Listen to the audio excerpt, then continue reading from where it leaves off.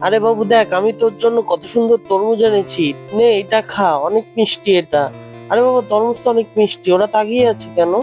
আরে বাবা, আমারও তরমুজ খেতে ইচ্ছা করছে বাবা, কিন্তু আমার কাছে তো টাকা নাই যে আমি তোমাকে তরমুজ কিনে খাওয়াবো। আচ্ছা দাঁড়াও, আমি দেখতেছি কি করা যায়।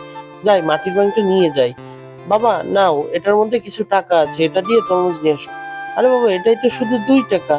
আর 2 টাকায় কি হবে? আরে তুমি যাও তো, 2 টাকায় পাবা। আচ্ছা ঠিক আছে যাই।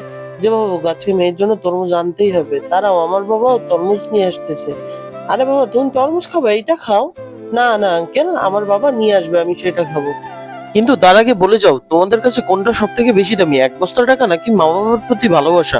যদি মা বাবাকে ভালোবেসে থাকো, অবশ্যই লাইক করে সাবস্ক্রাইব করে দিবে চ্যানেলটা, আর যদি না করো তাহলে বাবু ভালোবাসো না। আরে 2 টাকায় কি তরমুজ আনবে ওর বাবা? কিছু একটা করতে হবে আমার, যাতে মেয়ে কি তরমুজ খেতে পারে। মালিক মালিক, আমাকে কিছু টাকা দেন না, আমি পরে দিয়ে দিব আপনাকে। আরে যা তো তুই, কোথা থেকে আসছে টাকা নিতে। এখন কি করবো, মেয়েকে কিভাবে তরমুজ কিনে দেবো?